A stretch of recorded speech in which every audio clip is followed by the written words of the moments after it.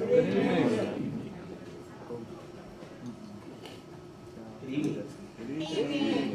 how you doing?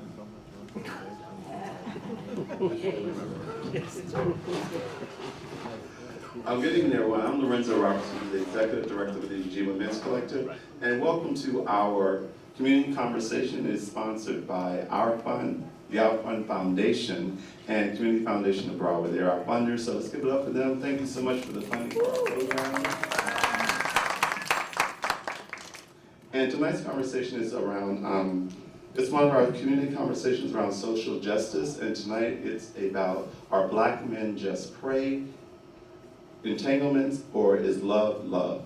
So those are the areas that we're going to focus on. We're also going to focus on intergenerational relationships, interracial relationships, and transactional relationships. So those are some of the questions that we're going to talk about tonight. To really kind of get into that, to come up with some areas in terms of how we all can look at things from relationship perspectives. And a lot of times we do social justice, these type of conversations, a lot of people are like, well, we're our elected officials. This is really about the community, to understand what we're doing in our community. It's not about having other people come in to tell you how to do it or to assist you with it. It's for you in our community to try to understand what's going on and how we can make things better or different for our own community, as opposed to having other people come and do it for us. So that's one of the reasons why we're not necessarily inviting the elected officials and other people to come in for this. It's really about us talking to each other and also trying to come to some conclusions and also some resolutions in terms of how we can move on and do things better in our community. Almost like a conversation with family. Yes, conversation with family. It's really kind of have when you have the everyone's at the kitchen table having that conversation, talking about those hard things, sometimes hard conversations. Kind of what we want to do tonight. We want hard conversations, but we also want it to be entertaining, but also informative as well, because we all have different perspectives in terms of how we look at relationships and what those relationships mean to us. And we want to kind of hear from the different people on the panel. We're also going to have people from the audience share their information as well. So it's so we want it to be somewhat interactive. We're going to get to that point near the end of the program, so not right now, but we will have it interactive near the end of the program as well. So people in the audience, they can kind of share and ask questions as well. Thank you. So what we're going to do, initially we're going to start out by having all of our panelists to introduce themselves, and what we want them to also do is to share whether or not they're in an intergenerational, interracial, or a transactional relationship, or are they in any relationship at all. If they're not, that's fine as well. But just kind of giving us some information in terms of who they are and what type of relationship they may or may not be engaged in right now. And we'll start with Clifford, and we'll work our way all the way down to the end of the panel.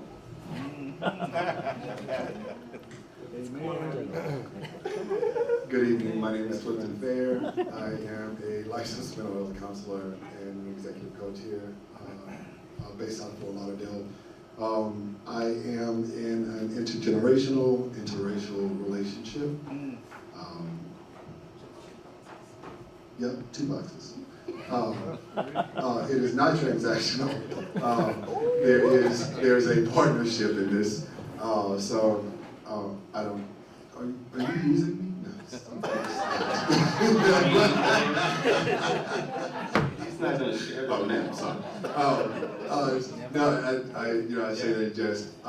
It is very much a partnership. We are raising adult children together and also raising parents. We are raising up my parents together. Yes. So anyway, I'll stop talking. Thank you. Thank you. What's up, y'all? I'm Terrence. I'm an all-around entertainer, and I am not in a relationship with no one but myself. And it will be a year and 6 months that I broke off a relationship with a pastor for 7 years. So yeah.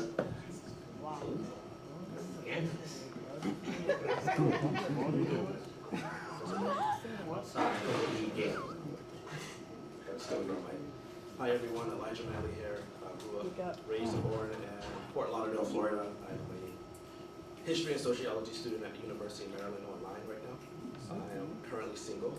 Maybe that'll change, I'm not sure. I am a little bit more on the younger side, so I got a lot of time before I can think about that. But as you know, Gen Z, we're pretty liberal with, you know, relationships and the 9 yards. So that's me. Thank you. Grace and peace. Joshua Sands. I'm single. I'm an assistant funeral director. And yeah, that's pretty much it. My name is Patrick Karen. I am from Chicago originally. I've lived here since 2007. I'm in an interracial relationship with somebody I met in 1997. We were best friends for a very long time. We're still best friends. And then just in the last few years, we actually moved in together and are partners now. So. Thank you. So as you can see on our panel, we have different iterations in terms of what relationships are. People are in relationships, some people are not in relationships. So it's really about, I'm gonna move into our questions. But the first thing is to really look at, when we say social justice, it's really the view that everyone deserves equal economic, political, and social rights and opportunities in our community. So that's the groundwork and the framework we're working on in terms of looking at from social justice. And then we're looking at from a relationship standpoint, just kind of how you interact in your relationship with your partner or partners, so how that goes as well. So we'll move on to our first question, which is, How have you navigated relationships at different financial levels? Either you made more money or your partner made more money, and how did that fact play a role in your relationship?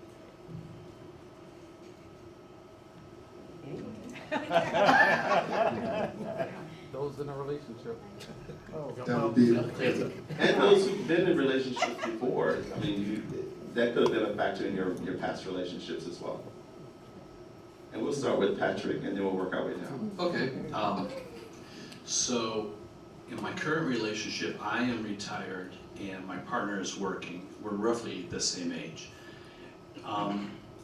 And so I think the finances really aren't that much of an issue between us. He's working, he has his money. We tend to split everything.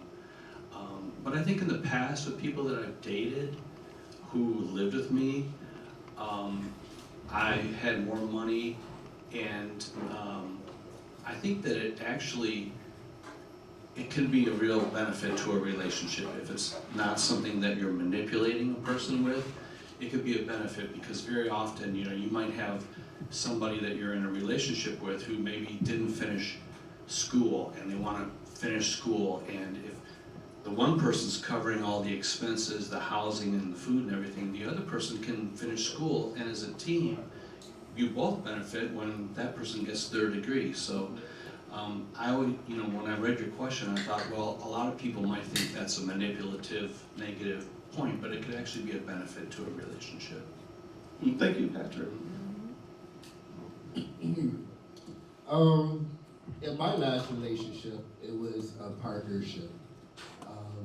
Me and my ex built a legacy together. I've been in the funeral industry since I was 15 years old.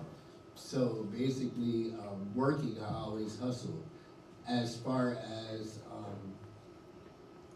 manipulation, I feel like in certain relationships, I guess it depends on certain age groups, it can somewhat be a manipulation when one person has more of a wealth than the other person, being older or younger, you know. So as far as that situation, I've always worked and I've believed in building a legacy together.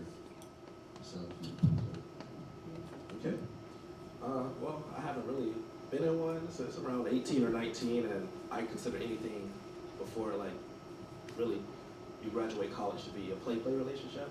So I really haven't really experienced that or have anything to say about it, but yeah. Well, in my last relationship, it was 50-50. We both had like fall back on like whatever we was doing and making it financially until like hard times hit when I had to like be the person to take care of everything because he was sick, pushing him everywhere, being there for him, stuff like that. So sometimes when you are doing all the work, and when you're actually the one that's paying all the bills, it is like a power thing, and they may look at it as manipulation. They may look at it as, oh, you're better than me, because they feel insecure because they can't give what they can, and it's always the bare minimum. So it really didn't play a factor till like later on. That's when it got haywire. I'm sorry, when it got haywire, what actually happened? I left them like a bad habit. Just curious. We'll say Pretty much. boundaries. All day. So I'll say I've experienced those moments where there has been, I've experienced those moments where there has been a noticeable difference. First and foremost, I have always been in an intergenerational relationship and interracial relationship. So that within itself sets up some differences immediately. One of the things that I've looked for in those relationships, first and foremost with my partner's boyfriend at the time, was to actually have something where there was an opportunity to actually grow with someone who's already been established as a human being, and has grown through some areas of their lives that I myself am still kind of navigating. One of the biggest things has been being able to have someone that's more of a guide by my side as a partner that could really kind of like help me avoid some of the pitfalls with, for instance, today, actually working with aging parents. That's something that my partner has had experience with. So he can, say to me, Cliff, you're gonna really need to dig into your bag a little bit more in order to uncover some more patience, to be a bit more understanding with your mom and dad as they navigate later life, because he himself has gone through that with his mother and father, who, God rest their soul, they passed on. So that's been a benefit of actually being in an intergenerational relationship. Some of the drawbacks that I've experienced has really come from some of those financial disparities that have existed, especially growing up, or especially coming up, or coming of age. Definitely throughout the time when I was in college, there was some serious distance between where I was financially up against where someone I was pursuing was financially. There were moments where power was exuded. There were moments where I was resentful because of the differences, and spoke to that. And I think both were definitely wrong. It required both of us to actually step into a space of being able to be more gracious and patient with each other as we matured in those respects and rights, whether it's them and their patience with me as I developed, or me with my patience with them as they basically took on ownership of the financial responsibilities while I was going to school. The magical part of that was the understanding today, granted hindsight is 20/20. Today I realized that I needed to be, I could have been more patient with those respective partners, but for me, I needed to mature, and this was for me, I needed to be more financially mature in order to be able to step into some of those old relationships. And that put me, or I put myself in a situation where I was rendering myself passive in certain instances. Today I don't necessarily have that because I gave myself time, like some of the gentlemen on stage, I gave myself time to actually get my feet under me, to learn some of those lessons that I needed to learn before I stepped into this relationship that I'm in today. So that was a long-winded answer. Did I answer the question? You did, thank you. Thank you. I do want to just reiterate one thing. When we say transactional relationships, I think a lot of people have different ideas and definitions of what that means. For me, and that's the definition I'm working on, is that most relationships, I think, are transactional in the sense that one person may do things for their partner for something to be reciprocated to them. It doesn't necessarily have to be money. It could be time. It could be intimacy. It could be, if I do this and we're going to take this trip, if I could do this, I'm going to treat your mom nice. I'm not going to be a bitch to her. You know, all that type of stuff. I mean, these are the transactional things that does, I think it happened in a lot of relationships, and it's not specific to financial, so I don't want people to kind of think that it's a money thing. I think it's really about how we, not necessarily manipulate, but how we navigate our relationships with our partners in terms of how we do different things. Sometimes the relationship could be a 50-50, and sometimes it's going to be 80-20, sometimes it's going to be 75-25. But at the end of the day, you both are in a relationship together, and you're embarking on this relationship as a couple. So however you navigate within your relationship, that's how you would navigate. But for me, there's still transactional things, because I'm going to treat you nicely because of this, or I'm going to do certain things, and you're going to do certain things for me because you want certain things from me. And I just think that's how a lot of relationships are. Clifton? Well, I wanted to comment on that. You know, I appreciate you actually breaking that down for all of us, because it is easy to get, caught up on the superficial, money. The reality behind everything that you just said is that it takes a lot of communication for people to be able to own their own respective voice within that relationship and actually own their space. Meaning, like, I don't like it when you ice me. I don't like it when you shut me out of your emotional process with X, Y, and Z.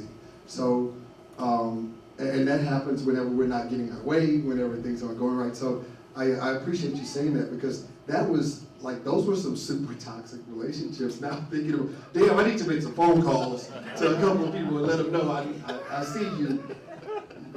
So yeah, I appreciate you saying that. I just healed a whole bunch of years of shit. Thank you. I can just find my therapist. Yeah, no problem. I just really want to make sure that that's what we're thinking about. It's not a financial thing, because a lot of times we hear transactional, it's like, oh, I got $20 and they're going to give me a kiss. It's not that. It's really about all the other It would be no aspects. damn $20. I'm sorry. Not for no $20. It was just an example. Shout out It to was just an example. $20 is $20. Okay.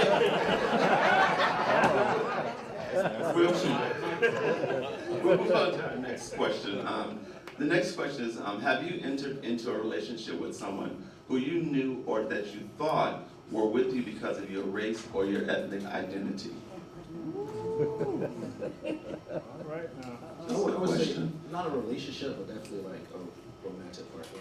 In a sense, I know there are people who definitely fetishize, black men in the gay community, especially, and that's a big issue. There are a lot of dynamics, and it's all over the place. But I have experienced that quite a bit, especially in the dating world, and it's bad. It's bad. I experienced that quite a bit.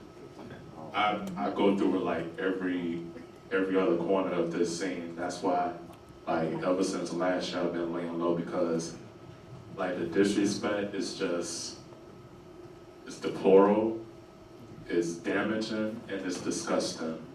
Like, I had to step back and look at myself, and it's like, okay, what the hell am I doing wrong? And then I had to realize I'm sending the wrong message, because I had to check myself and then let them know where you got me fucked up at. Excuse my language. This is a family. But the whole BBC thing is very, very degrading. Like, I would never forget, I was in this threesome recently, 3 months ago, and his lover was Spanish and he was black. And while we doing what we have to do, knocking boots or whatever we're gonna call it, and he said BBC, and I was like, wait a minute. I just put my clothes on, I said, I got an early morning. But I didn't even bother to explain to him and even teach them, because he knows what he's doing. He knows what he's doing, so I didn't bother to teach him for that moment, because I was so livid. I was like, let me leave before I do something I have to repent for. That's the only thing I was thinking about. He didn't get popped in the mouth, or I gotta walk away. By the grace of God, I left. I sashayed out of there. Is there ever a moment where it could be flipped, where black men may fetishize white men or another? Patrick, repeat that question? Where black men may also fetishize other races or white men or Hispanic men. As Because it a does token happen. white guy, I do want to respond to that. So I gave you the floor. So I would point out, before the internet became so prevalent, there were a lot of groups that people in the gay community would go to. Like, for instance, these groups still exist. There's Black and White Men Together, where black and white men who are interested in meeting each other go to meet people. That's where I met my partner, my best friend, 27 years ago at a Black and White Men Together meeting.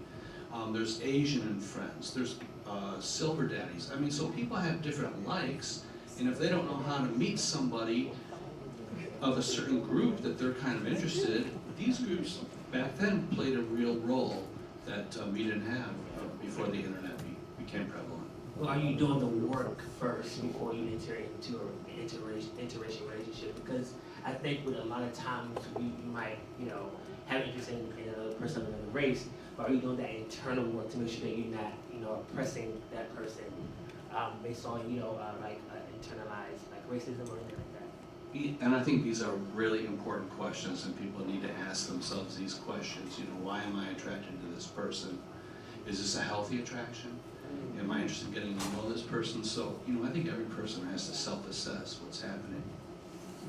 Yeah, I think you have a very valid point. It's because it's really about each individual person making a decision based on what they want in their relationship. And you have to do that introspection with yourself to find out, why am I attracted to this particular person? Be them if they are black, white, Asian, Latin, whatever their race or ethnicity is why are you attracted to that person? Is the person who they are internally, their mind, their spirit, their soul, or is it about the physicality that you're looking at? So you have to really kind of do that work also to find out why this person is attracted to me, or am I attracted to that person? And sometimes it's not necessarily all about fetish. It just could be like, this person is interesting to me because they kayak. So, oh wow, he kayaks. Let me find out more about that as a person and get to know him. He may happen to be white, but that doesn't mean I'm not only attracted to him because he's white. I'm attracted to him because he's doing something of interest that also interests me as well.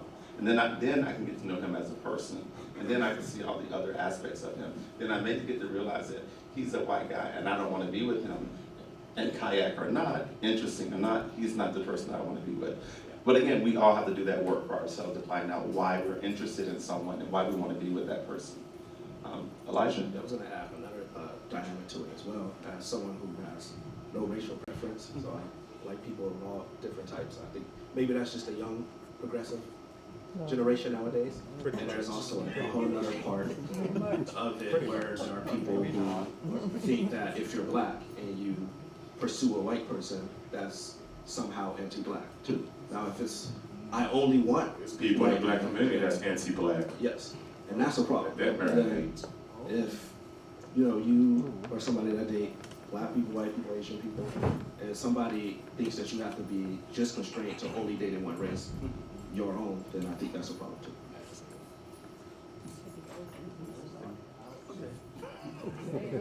I would like to say something real quick. So, let's be real. Okay? So, in Wilton Manors, right? Tell the truth, shame the devil. Okay. Wilton Manors. It's a 50-50 thing. And I have nothing against Caucasian, white, however you want to put it. But there is a stigma on young black men. Let's be real. You don't see no 6-year-old white man trying to go after a 50-year-old white man or black man. Damn Skippy. Okay? So I'm not trying to start anything. I'm just saying if we're going to talk about that certain question, we have to be real. And although you can get a really good relationship, you can get a perfect relationship. I was with a good Caucasian person for a while, but then also before that started, it was a Caucasian person that had me on drugs. Okay, so it's a 50-50 thing. Stay in your age range. That's how I feel about it. And if you're going to try to pursue a younger black male, let your intentions be real. If you want to have sex and shoot them away, state that.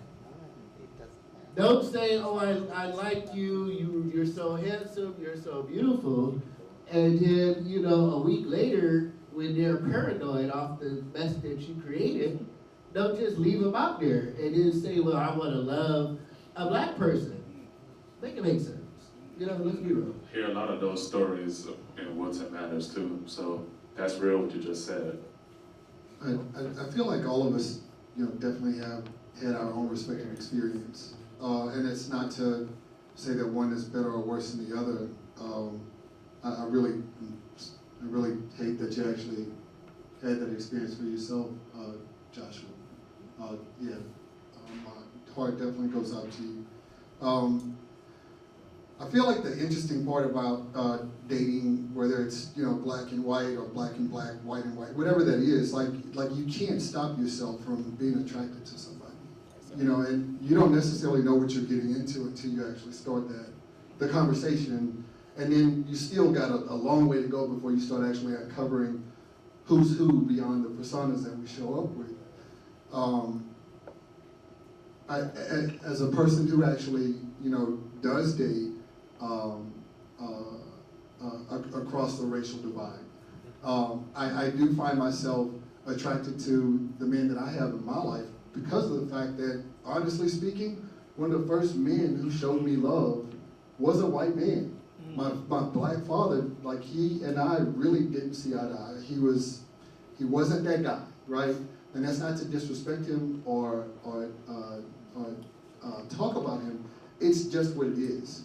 So my first true experience of the love that I can say, which was unconditional from a man, was from a white man. And they took me into their home. It was a foster home that I was raised as a foster child growing up. But, you know, he and his wife and the rest of their children who I grew up with, like, they took me in. So that was a model that was established very early on. I felt safe. I feel safe in my decision in that regard.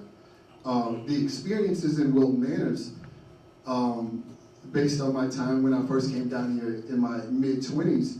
Now, I could point the finger across to other people based on what I've experienced, or I can take ownership of the fact that I was interested in having my own experience of those respective people. Where that led us to in each respective moment, in the dating scene, or, you know, in a fleeting moment, like, that was something that two adults actually experienced together. The positive part about it is that I definitely got clear on what I wanted to experience, which was something that was more long-term. I didn't necessarily get completely captivated by the bells and whistles or the lights and glitter of Wilton itself. It was something that I saw, I experienced what I needed to experience, and I walked away from the rest of it.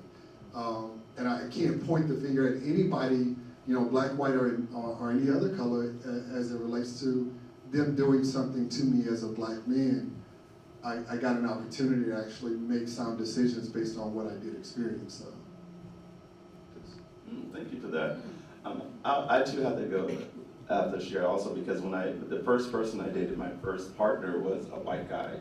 It was just he was the first person that when I was trying to find someone to date, I got into the whole gay dating scene when I was in my late 20s. So I wasn't like a teenager. I was an adult. So I was like, I'm in my late 20s. And the first person who I met who was wanting to have more than just sex, that wanted to have a relationship, was a white guy. And that was my first partner.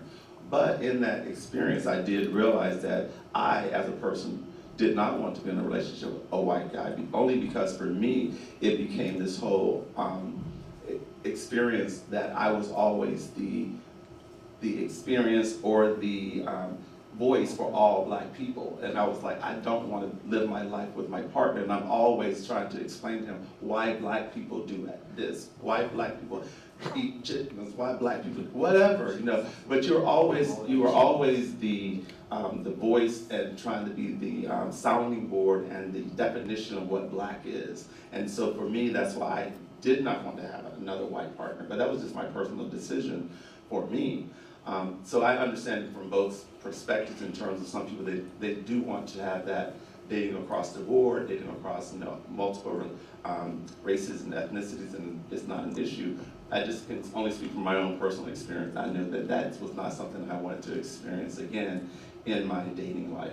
So, I mean, and I got a question for you, because like I want to know, was there ever like a part of your experience with your white partner where you felt like you were kind of like bringing them into like a new cultural moment, right? Like, no, not really, because for me, it's like, for me, if you want to learn, the whole thing is like, if I want to know about a certain subject matter, I will do my work to learn about that. I'm not going to rely only on one person, and I'm not going to have my partner to be my all and end all about black people. And if you want to know about black people, you can watch movies, you can read books, you can do history. There are other ways to find that information out if you're truly interested in learning about that. You don't have to rely on your individual partner. And that's why I say for me, it's not about me being the educator of my partner to teach him about black people. There are hundreds of millions of black people in the world. There are all types of books and history, movies, all kinds of things that you can do to learn about black people. And if you wanted to learn about it and you want to learn about it, you can do that beyond finding me or any other persons and only rely on them. You can find out through a historical, there's, again, many other ways to learn about it as opposed to relying solely on your partner. so that's a no, you didn't, there was no. You're like, y'all not sharing shit with you, you can't. It's not really about sharing, it's a matter of that if they want to learn, they're going to learn from me, they're going to only learn things that I can teach them, which is only about my journey, your journey, Robert's journey, everyone else's journey. I can't share that, I can only share me and my experiences. So that's going to be a very finite view of the black experience. Because I come from a small rural town, so therefore the experiences that someone had in Chicago, New York, LA, I would not be able to share that with you as a black person. The gang, running the gangs, I couldn't share. So a lot of things that people assume that black people know, I would not know about, so I couldn't share that with them. So again, I can only share my story, which is very finite. Your story is different, yours, so you're only able to share your story with the person that you're sharing it with. And again, if I want to know something, I'm going to do my work to find out about it. I'm not going to rely on an individual to teach me everything. I'll get information, I'll glean as much as I can from you, but I'm going to talk to other people. I'm going to do my own research, my own historical dives to find out more and more that I want to know about black people. And I'm not going to say that I'm going to rely solely on you to teach me everything about black people. All right. I have a question. So when you are dating interracially, how have the family embraced you all as a couple? I feel like I'm talking a lot. You do, but come on. Patrick wants to say something. Patrick. I was going to say, something that's always bothered me is when I've dated somebody who's Latin, I dated somebody who was Puerto Rican, that really wasn't an issue to any of my friends. When I dated somebody who was white, that was not an issue. But when I dated somebody who was black, suddenly they would, say, why? Or, what's, is this some fetish that you have? See, that right there tells me our society has an issue. And I think, as you start to look at like the media and advertising, you're starting to see more interracial couples in ads now. And so I'm hoping that society is like starting to open up and loosen up a little bit. But, obviously there's a long way we have to go as a country on that issue. Yes, it is. Now my Malcolm X is on right now. Look, I think that white people have to do the work so that we can push the country along. I'm gonna be honest. I think we all got a long way to go. Because I got family members. Anytime, like, I made a mistake of when I was staying at home, bringing a white guy home. That was an interesting experience with my family. So, I mean, for the most part, they were all right. It was just funny, like, they didn't know how to interact with them. But I did have that one family member, like they were just like a foreign object or something. But they have that one family member who was just extremely like anti-white people. And they were like, "How dare you sell out your people to like go and be with a white person?" And to me, I was just like, "You sound like the KKK.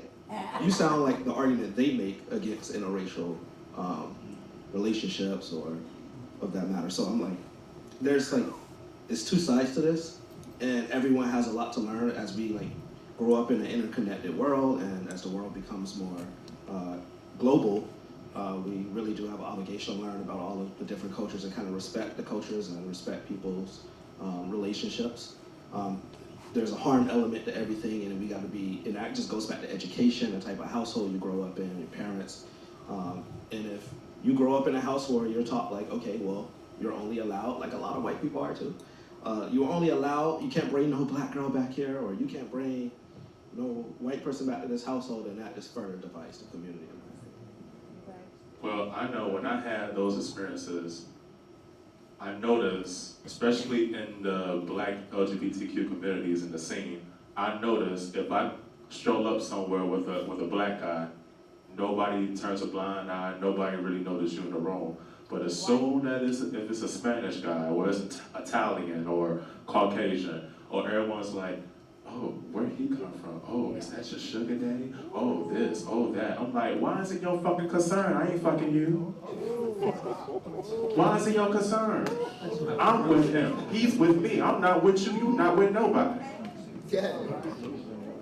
That deems you whack, and I am me. So so in other ways, there's always a problem within some black folks on the scene, and there's also a problem even with the white folks on the scene, because I'm a person that got a lot of spiritual discernment, and I feel and see things. So I could hear the conversations, the whispering. Sometimes I have to get up in their face and check them about this. What's good? You hungry? What's up? You got something to get off your chest? But could that be trauma?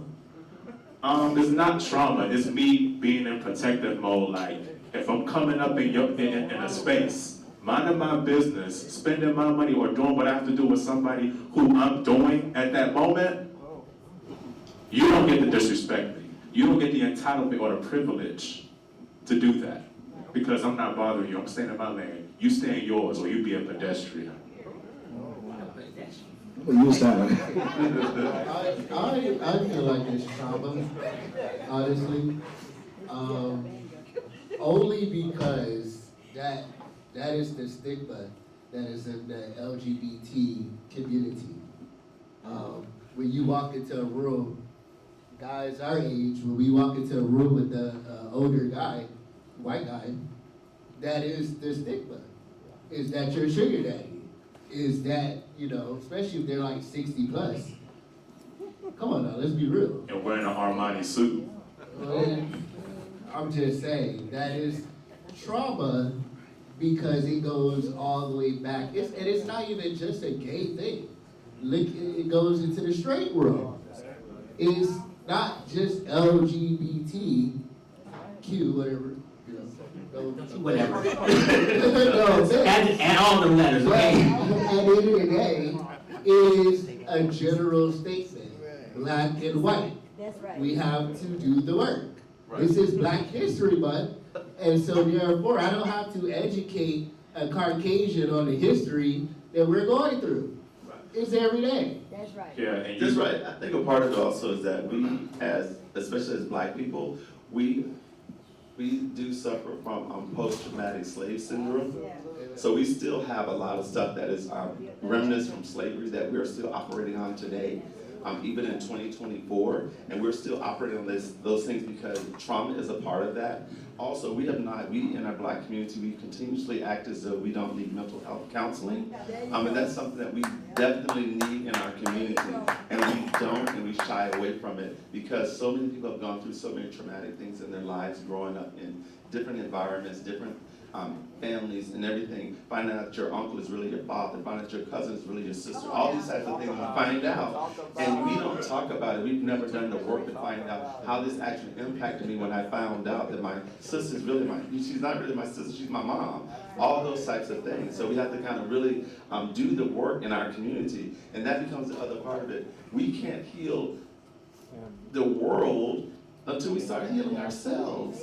We can't, if we're not bringing the best of us to any community or any situation, we're only bringing fragments to that community. So therefore, we're going to continue to bring those fragments, and so therefore we're going to continue to be in these same type of problematic, traumatic relationships, whereas we are feeling as though we're being manipulated into these relationships. Sometimes we're putting ourselves in these situations because we may feel as though, because again, going through the whole post-traumatic slave syndrome, we've been taught that white things are better.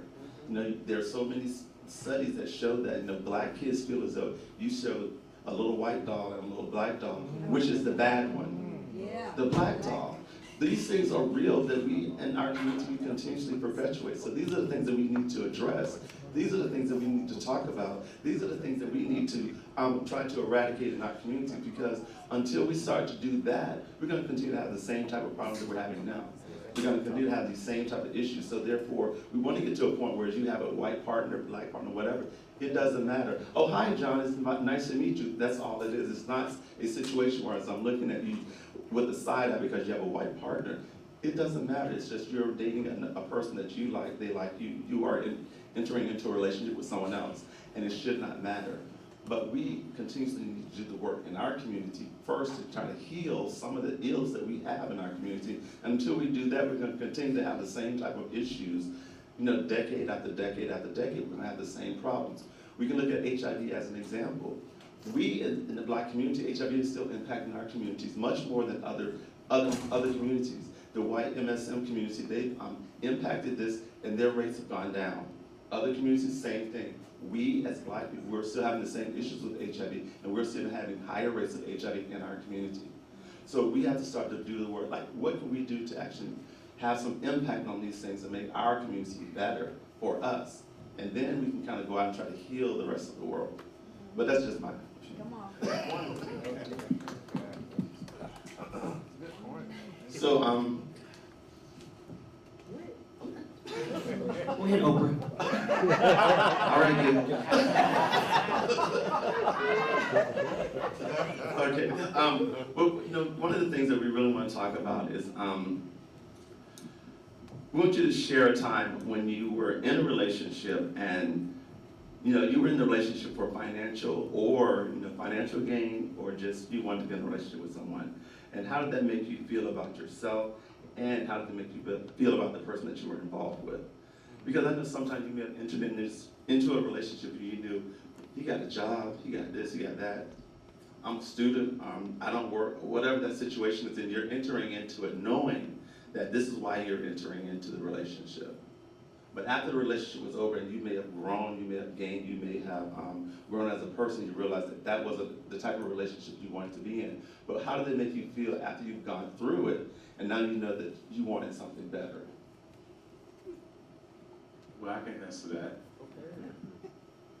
Well, at first, it was all good because while he's spending the money, I could like save some on the side and I still had a job. So, but like when I started figuring out who I was as a person, how I want to be seen as a man, I was like, okay, like something gotta like stop. Like I gotta like cut the ignorant string, because I don't need nobody telling me what they did for me. I don't need nobody trying to control me. I don't need nobody saying that, oh, you don't got this, you don't got that, because that's a red flag for me. And I've never been the type of person that I couldn't do it all or didn't have it out, because I always had mine, always got it some way, somehow. So, like I said, it started off good, but then as you grow and as you mature and you experience life, you're like, yeah, this ain't it for me. But at the end of the day, I like my bills paid and I like to eat. So, hey. Publix. Whole Foods. Money to eat. I think there's something to be said about this idea of learned helplessness. What I can say specific to me is that oftentimes growing up in poverty, there was this idea that I needed support. I needed help. And until I got tired of feeling, like I was being looked at or judged, walking into a space with my boyfriend or my partner, where I wasn't standing, side by side or toe to toe with them as a man, regardless of what the financial difference was. Until I got tired of actually experiencing that, that's when I actually started saying, I need to do something different to actually be a bigger, better, brighter version of myself in this relationship and also in the community. So I think that idea of learned helplessness was something that I really struggled with early on. And maybe that's a maturation process, maybe that's wanting to get it sooner than I was supposed to, because the person I was pursuing actually had it. But yeah, I enjoyed my 10 years of development, just being outside of that relationship, whatever that looked like, being outside of a relationship in order to actually grow and mature to a person that didn't need it, right? Didn't need to actually have the partner that actually had it. Yeah. So before we get into the relationship, are finances discussed at the dating stage? Is there time for that? I mean, I feel like... dating is expensive. No, That's a requirement. Well, that is true. But once again, I think we go back to the personas. I think we go back to, maybe even just like the primitive part of being interested in someone. Like it's the physical, it's the sex, like it's the drive. It's those things that really come up as being, the most important things in the moment. And then later you start realizing, wait, I just paid for how many meals? Like I gotta cover rent later, So I don't think that actually comes up initially. I think that happens later once you get into, okay, well, let's be boyfriends. Okay, well, how are we gonna afford this? But should that come up before we even get to that? I mean, today. That should be the first thing before y'all lay down. Okay. I understand what you guys are saying. I really do. However, the reality is that's BS because that doesn't happen. Most people have those conversations. You jump in the bed, y'all are boyfriend before you even find out where he works. So come on, Then you block him. Right. The whole thing is like those things are not really discussed in a lot of relationships. Heterosexual, gay, it doesn't matter. People are so enamored with the person. It's like, oh, and you're doing everything on your end to try to continue the facade that you created. And because you want to feel love. That's what you're looking for. This person makes me feel good when I'm around them. So I'm going to do everything I can do to make sure that whatever I've done to get them to be with me now, I'll probably continue to do that. And they're on their end probably doing the exact same thing.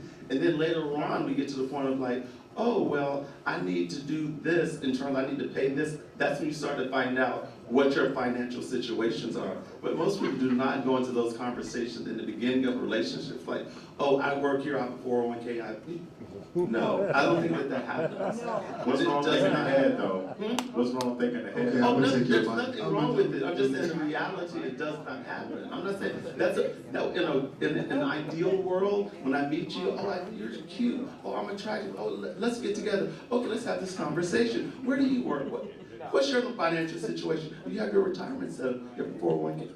All those things will happen. I'm just saying. It doesn't even happen on day 10, most people, because you're only about relationship. I'm here about the sex and everything else. Lorenzo, you nailed it because, and I just want to support you on it. You nailed it. Like when we get, the crowd can actually attest to that. When you get involved, when you're pursuing someone, like I want to know how to build this connection. I want to entertain this feeling that I have that's emoting for me every time I see you, or in the phone calls and the butterfly. Like, I'm not thinking about how much money you got, and I'm not running to say, I'm ready to cover your bills. Where are we going to, like, McDonald's, or are we going to go to Morpheus? I'm not getting government checks. Patrick, I'm trying to jump. Patrick, come on, jump in this conversation. David, take it away from me, seat, please. I really don't have anything to Thank you, Patrick. I would say like if they don't love you before you have before they know the financial situation, and then I think getting in a relationship with somebody, and then it's all about the money, then they're not really. If you're looking for love and that's a relationship based on love, it's not really gonna work out if the only thing it's about is the money, because then that's a faulty foundation. You run into cheating and disloyalty, and then they find somebody else with more money, and then Tyler Perry. I don't necessarily think it's about the money. I think it's about that you, in the beginning, it's the emotions that I feel for you. And then when I find that you don't have money, my emotions happen. They're not gonna change. I just realize now we have to work to do the things we wanna do. We have to figure out how we're gonna do the things we wanna do, because I still wanna be with you. It doesn't matter that we don't have as much money as the Joneses, the Smiths, or whomever, but I wanna be with you, and we have to figure out how we can work together to get the things that we want. And that's for me, that's how I look at it. I don't look at it in terms of, oh, he don't have any money, I wanna be with him. It's not about that, because if that was the case, I would start at places where I know they got money. I would start at other places. I would go where I know they have money. And that's where I would start.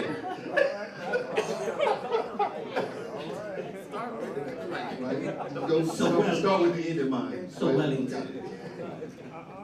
I have something to say. Growing up as a PK, as a preacher's kid,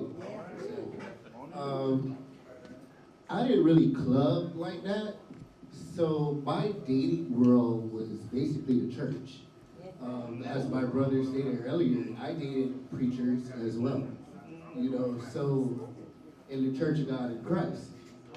And so therefore I was very well taken care of. So I didn't really have to worry too much about money. But then it's not until you come into your reality that is that the life that I truly want to live.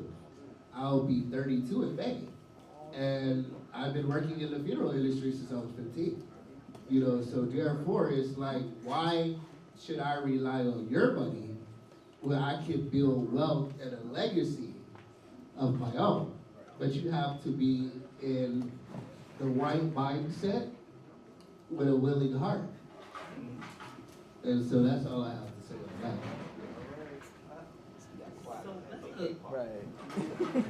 Oh, we're gonna. I got promoted, y'all. So we're gonna switch gears just a little bit.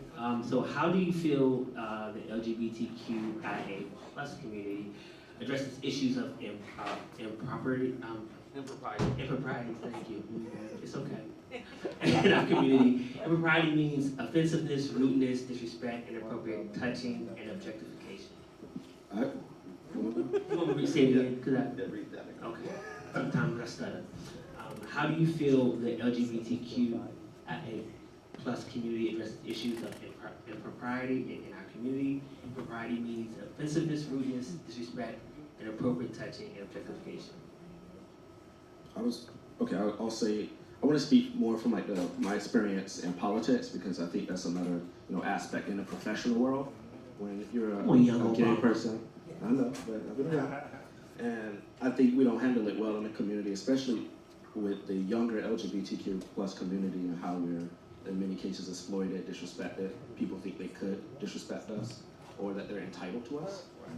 And I've run into that issue too, running for office, where people, the only way they would support me is if they knew they could get something out of it.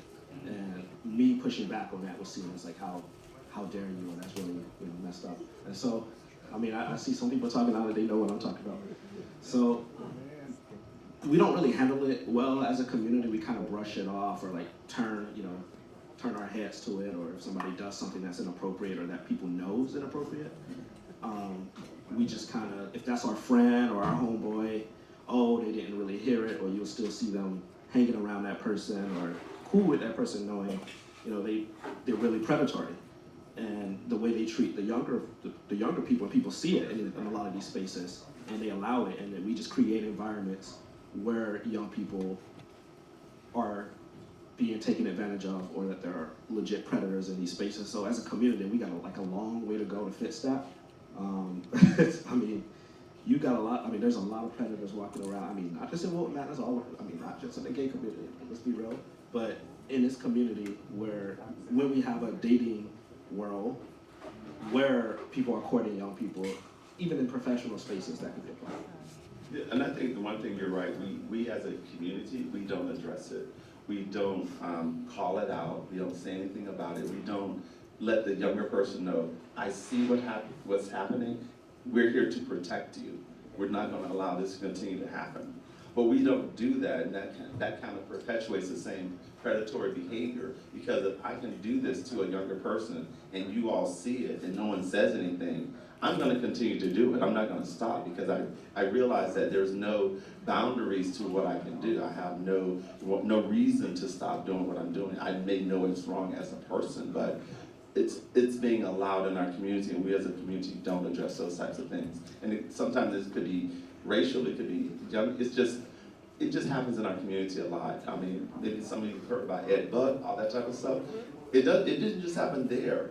It's happening all over the country. It's happening everywhere. And we as a community, we're not addressing it. We're just we're throwing a blind eye to it and not addressing it at all. And then they'll say, if you point it out, that you're being just an angry black, Right. angry black guy. Like you're just upset, or you haven't processed it.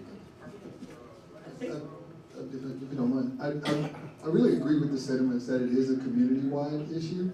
And it's not just about the black, white, younger, older, brown, black, you know, it really is a community-wide issue.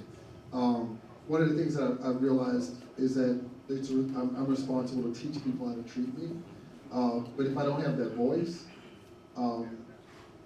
who stands up? Like who's supposed to teach me? Okay, the community. All right. Your community is supposed to do that. that. That's the whole point. It's like, and if we don't do it, and someone steps to you and say, "Hey, Clifton, this happened to me," what do? You, as his big brother, as a person in the community, as a leader in our community, need to do something. Talk to other people. How can we address this in our community? Because this is something that is happening, and it should not happen. How can we address it so therefore we can stop it from happening? How can we not continue to support the people who are doing these predatory behaviors in our community? But we have to do something. We just can't sit back and continue to hear it and not do anything. So it's a community-wide effort, and it should be a community-wide response to it as well. I feel like this is like a continuation of a part of a conversation that you and I may have been a part of. So, you know, Maybe. right? So, you know, I'll, without, you know, going into specifics, I really feel strongly about the voice that we do have as it relates to the, you know, the people in this room or the men on the stage. Being able to actually turn around and speak directly to the perpetrators in those respective instances or circumstances. And is that appropriate, though? Is that appropriate for us to go back to the person that's actually, you know, made this misstep or been, you know, overly assertive with their behavior? Absolutely. We're a community. We should be able to talk to everybody. We're a part of we continue to say we're a family, we're a part of the community with the LGBTQIA+ community. And if we're in this community together, then I should be able to address you, to say, hey, you did something that was inappropriate, that wasn't right, don't do it again. You should not do this anymore. We should be able to step to each other and say that, because again, this is our community. We should be able to say that to each other, and it shouldn't be taken in an offensive way. It should be taken like, thank you, I didn't realize what I was doing was hurtful to someone else, or I didn't realize what I was doing was offensive, because I thought it was okay because they didn't say anything. But again, it goes back to what you were saying. They might not have the voice to say, hey, that's not appropriate, I don't like this, don't do it again. They might not have that voice to say that. And so sometimes they look to other people, that's why they may say something to you to say, hey, this happened to me, so that maybe you can address it for them because they don't have the voice. I think this is important. Like I've noticed since moving down to Fort Lauderdale that in our community that we are very intrude on people's personal space without knowing what people's personal trauma may be. I've noticed that I hug people and then they lean in to kiss me on my cheek, and that's very intimate. Because I just feel like this is a very inappropriate way to greet people. And I notice that happens a lot, and oftentimes it puts me in a position where I don't want to hug people because I'm like, people be into things and kissing your cheek. And I just feel like it's like we just, as a gay community, we need to learn how to respect people's personal boundaries and personal spaces, and asking consent before you can do things like that. I'm going to move into the audience and start letting people ask questions from the audience as well. So, Go ahead, Gail. Robert, I think you have a question over here. Yes, but now I certainly don't remember. So we wanted to, this is part of the evening, we wanted to try to open it up to the audience to ask questions or share comments or anything like that as well. Just in continuation of the conversation that's being had, how does age play into that? So if you're a man of a certain age, you're not so much a young person per se, but if you are in your 30s and you feel like those levels of That is a young approach and person. so forth. Well, for us, yes, but not for the most. But if you are in your 30s or maybe even late 30s, 40s, and you feel like those levels of approach are happening or there's predatory behavior, where is community in that? I think it starts with, it starts with you being able to even acknowledge the fact that this is something that you're uncomfortable with, much like what Chris was saying. If you can actually own that and then speak directly to, some of that behavior, you already start, drawing your own respective boundaries that other people can respond to and not necessarily cross. And if they do, I'm sure Terrence can give you some pointers on how you can address that. Well, what I was going to say is that going back to the question early on, the problem that I have with this community is that they when you speak up about certain things like that, and far as being inappropriate, it doesn't have to mean touching. It can also mean asking personal questions. It can also mean just shaming you in a way of what you're into, far as sexually or what in your personal life, stuff like that. That's the problem. Then when you confront it, or you tell somebody, or tell different few people that you can trust, they gaslight you, they brush it off, and then sometimes their response be like, "Oh, you probably must want it." Excuse me?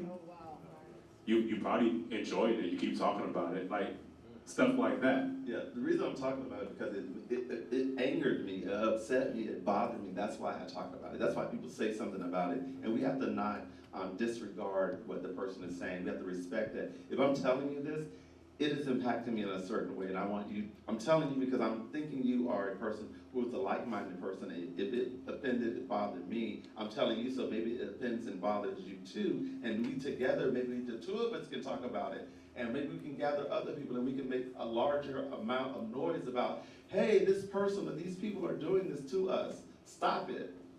But, and even with the older people, like you were saying before, just because a person is 30, 40, 50, whatever, sometimes they don't have a voice still. They're still struggling to find their voice to be able to speak to something when it upsets them or it offends them. They have not been taught how to do that sometimes because, again, in our community, we hear so many people, like you're saying, if you say something, people shut you down.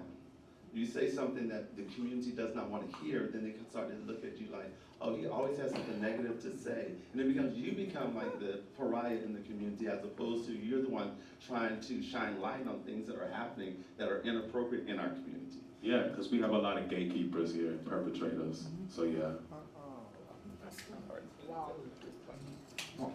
I just kind of wanted to add as well to it and say that you kind of have to own your own power. My mom was tough as nails. And if a gentleman made advances towards her, she let him know. I've heard stories about her throwing canned goods at me in the grocery store. I like her. Like, no, seriously, pegging them if they didn't leave her alone. So when I came into it and it happened to me, it was easy for me to say no. It was easy for me to say, back the hell up. I carry a sharp pencil with me. That's what my mom taught me. The wild part about it though is that as gay men or lesbian women or just a part of the LGBTQIA plus community, modeling was not necessarily something that we really had a whole bunch of for a lot of us, right? So I hear Lorenzo's point, and I also love your mom very much, because like she was a strong woman and she did a great job actually showing you how to create healthy boundaries. But I feel like a lot of us really don't have that modeling, and that's why I keep asking that question of Lorenzo, like how do we do that? How do we show up for one another in the community in order to make sure that somebody who doesn't necessarily have that voice, older or younger, they can actually find us who may be able to stick a microphone in front of them and say, I will speak up for you. No, absolutely, I agree with you, but we have to kind of speak up and say something, because I'm that kind of person too. Like I'll find a reason to go there. If I see that you're uncomfortable, sorry, Oprah. If I see that you're uncomfortable in a situation, I'll find a reason to go over. And it doesn't always have to be aggressive. Like, I'll go over to Elijah and I'll step in between them and be like, hey, how you doing? Can I buy you a drink? And just to, Yes. just to buffer it. Sometimes you can buffer it. Now, I'm not always that smooth, but Sometimes your mama comes out, right? right, no, seriously. They say I talk just like her, so wow, this is nasty. But no, seriously, like, we have to do that for each other. We have to. Because especially if you see somebody doesn't have a voice, and you see that, speak up. Like, nobody can make me do anything I don't want to do. Amen. I kind of felt what you were saying, and I know it may have rubbed some people the wrong way when you were saying that, this person had you under. Nobody could ever offer me that. I got offered that too, and they got shut down. But I don't want to deal with you anymore because I already know what you're about. Because I've seen it happen too many times where someone offers somebody something and then that other person is strung out. I grew up in a community like that. And I said, never. They offer me anything. Bye. Thank you. Do we, right here. But it's a two-part question. We was talking about, the panel was talking about black and white. I'm a white man and I'm married to a Jamaican. So it's not only white, it's not only black, but with my husband, when I married him, because I'm a black American, they thought that I was dirt. So it's not because of you white, it's not because of you black. It's in all races. It's in all races. And I've been married for 6 years to him. And they said age, I'm 65 and he's 30. So it doesn't matter about age. Age is just a number. It's just a number. And also, I am a certified behavior analyst. And mental illness is very, very real in the black community. And the stigma with HIV, the reason why HIV is high in the black community is that a lot of black gays do not have doctors. And when you go to the clinic, you have to report it. And the reason why they say that it's high in the black community, because we go to the clinic, and if you have your private doctor, the private doctor does not have to report it. So please, don't say it's high in the black community. It's high in every community and stuff like that, because I have witnessed, I'm in the field, and I know. Right. I know. And I have a problem when people say it's always in the black and stuff like that. But if you ride in the black community, the first thing that you'll see is the trucks. Come get HIV tested, come get this tested. We are people also too. We are people. I'm in the community, I'm an advocate for the community, so please stop saying that it's high and stuff like that. Get your statistics. I don't believe in statistics. I believe in work. I believe in work. This is a good forum, and one more thing I gotta say, yes, and that was 3, thank you. And Wilton Manors, I'm from Georgia, you're from a little small town and stuff like that. I was turned on to things that I never dreamed of and stuff like that, drugs, this, that. So, when we talk and stuff like that, be careful what you say, because there's a lot of things out there that people hear and stuff like that. So, this is a good forum that we are doing. I've been waiting to try to get a forum like this, because I'm gonna say this, and I hope nobody don't get mad. I was a member of the Dolphin Democrat years ago. And you know what? One guy came up to me and told me, because I was a black guy, he thought that I was the butler. Oh, Yes, sir. He thought I was the butler. Oh, my. Yes, he did. And you know what I told him? And I'm going to give the mic to him. I said, yeah, man, it was the butler. So I'm going to pass it on to my brother. Thank you. Good job. Hey, panel. So, question. Sorry. I'm trying to play my phone. So, how do you know your relationship went from transactional to abuse of power? And when do you know to leave? You want to answer it again? So question, how do you know your relationship went from transactional, meaning you're doing things for each other, to solely, I'm doing everything, I'm taking care of everything, while you may be struggling, but you ain't pulling your weight. Like, you're not pulling your weight, you just solely let me do everything. I can answer that. Because I was in that situation. It was a moment where I had really nothing. And I had filled out jobs and everything. Funeral home wasn't really doing much. And people don't die like that. No. But for real. I was with a gentleman, and it started out as 50-50, and I lost my position. And of course, everything was basically on him. We had a household. And believe it or not, we were the same age. And that's when emotions and aggression and arguments start happening in the relationship. Now,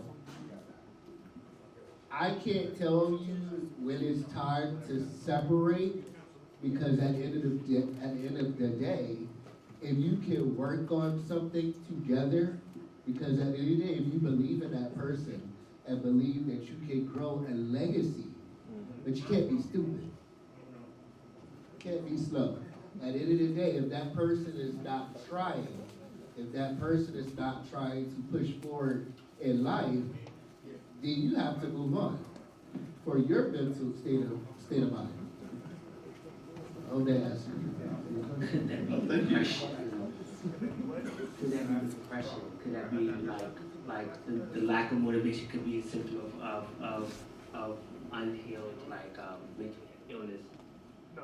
I mean, it could be all of those things, though. It could be those things. But it also could just be, I want to be in a relationship where I'm taken care of. I don't want to work. It could be that relationship. It could be it could be that situation too. I just choose not to work. And if you're going to take care of me, I'm going to stay there and let you do it. Because that's just the reality of how some people are. They may be working, they may be putting all their money aside, but you're taking care of the household. Thank you so much. I appreciate it. All right, hello, my name is Anthony, and I actually work at the Y, so I just really always love it. No, I'm off now, but I just really love it when this collective comes here, so thank you so much for coming out. And so my point of discussion is, I feel like in today's climate, like you can't not talk about politics, and like one thing that my dad would tell me that always stuck with me is like, oh, when you meet someone, don't talk about politics or religion. And I feel like all that has like gone out the window. So in today's climate, I see a lot of verses going on with the LGBT community, whether it's like LGBT conservatives versus LGBT liberals and Republicans versus Democrat and stuff like that. So I feel like a lot of agendas are being thrown at me, and you know, with the election coming up, my question is, how do we engage in political conversation without our community becoming more divided, if that makes sense? Brother Elijah, we'll start with you on that one. You qualified too? I was about to say, Elijah, I think you got this. You got it, though. No, He got out of the way real quick. No, I hear what you're saying. I think it goes back to, for me, it's about your individuality, because some people, they want to talk about politics, some people don't. But in our climate right now, the political climate, it doesn't matter. It's really about what's impacting you in our community, what the politicians are voting for, what they're not voting for. Those are the things that we need to be addressing. And it doesn't matter if you're conservative, you're liberal, you're Democrat, Republican, independent. All those things are really irrelevant, because it comes down to who are the people in office that's really doing the things that are voting for things that are impacting you. So let's start looking at some of the don't say gay bills in the state of Florida. All these things are impacting people in our community. So we have to look at how the laws, how the bills, all those things, how they impact you individually, how they impact your family, your friends, your community, how these things impacting you, and those are the things you need to vote for in terms of voting for people who are going to vote and who support your causes and support you. Yep. I'd like to. You sure? I was gonna say it's all about really just your personal values. I mean, a conversation with somebody doesn't hurt, even if they're Republican. I mean, I don't know how you could be gay and a Republican, but no community is a monolith. And so when you have conversations with people, you might have more in common with people than you think. Having those conversations with people, okay, this is what's happening, because a lot of people are uninformed, and right now with the internet and AI, this election season is going to be a lot of disinformation and misinformation. A lot of it intentional, some of it coming from political parties and candidates. And so communities have to have conversations. I mean, sitting down with the log cabin Republicans, as foolish as they may be, and have conversations with them. Okay, well, as a community, we have to move together in order to protect ourselves, because at the end of the day, you being a Republican or a Democrat, at the end of the day, you still gay to the Republican Party. At the end of the day, they want to take your marriage away. They want to take your rights away. They want to take your health care away. They don't care. And they'll do it to their colleagues too. We'll see they have gay colleagues in the House and in the Senate. And they'll look them in their face to them and tell them, I don't think you should have the right to marry. I don't think you should have the right to health care. But it's all about conversations at the end of the day. Like when you sit down with people and it's not the rah-rah or the internet. I argue with people on the internet all the time, and then I go get coffee with them the next day. And then we'll sit down, and once there's no cameras around and no people around, we're able to have a real conversation with each other and like really feel where people are coming from and why they feel that way. And then we learn something about each other and we move from there. I'd like to add one last thing. There are different groups that are around that are doing things within the community, whether it's voter registration, helping the community get out the vote. That are having events. I'd encourage you to go to as many of them as you possibly can. Don't settle with one or the first one that you go to. Just try to make some type of connection with not just the people there, but also the content that's being presented, because that'll also kind of help you feel more secure with some of those decisions that you're making as it relates to votes. But just try to get involved as much as you can. Just try to get involved. Just be the biggest. And remember, everything online is not exactly real. Everyone is rah, rah, rah. And then in real life, it's not what it is. Good afternoon, my name is Terrell Green. Just to something that someone said tonight really registered me again. It's about the Dolphin Democrats. So I'm new to the area, and I try to get engaged in the communities, especially when it comes to voting rights and civil voting opportunities. And I'm finding that the groups that I have been involved with, Equality Florida, Talk to Democrats, namely Human Rights Campaign now, we have a challenge of attracting people of color to come to engage. And Clifton and I, we talk about it all the time, as well as Lorenzo Cornell. And so I don't know, I think I'm at a loss at what we can do to win you guys back to being engaged in the community. Is it because you don't see us enough, or what's the disconnect is what I'm asking? Case in point, we had our gala Human Rights Campaign, and all of our donors are white men, mostly. But our steering committee this year is 90% black. And I think that's becoming an issue. It's going to be an issue. They don't know it yet, but it's going to be. And I see that the white people are not contributing as much. So I've been beating my head over for a long time of what it can do to re-engage young people that look like me to come and help me with this fight. We feel you because me and Werner, we've been in the community. I was on the board and all of that stuff. And but I just think as a community, see, we cannot help what the color that we are and stuff. And I think sometimes people have a stigma of the color that we are. But to be honest with you, in the gay community, it's a lot of stigma. It's a lot of stigma. Just put it out there blankly. It's a lot of stigma. Amen. Even me as a black person, there's no black clubs. It was one black club in Wilton Manors, and they moved them out. Shout out to PJ. Yeah. And see, so let's be real about it. It's not happening. It's not happening. and stuff like that. Then we have people that get up in our face and say, okay, come. Just like I was a member of the Dolphin Democrat, and I'm a gay black man, and I wanted my voice to be heard.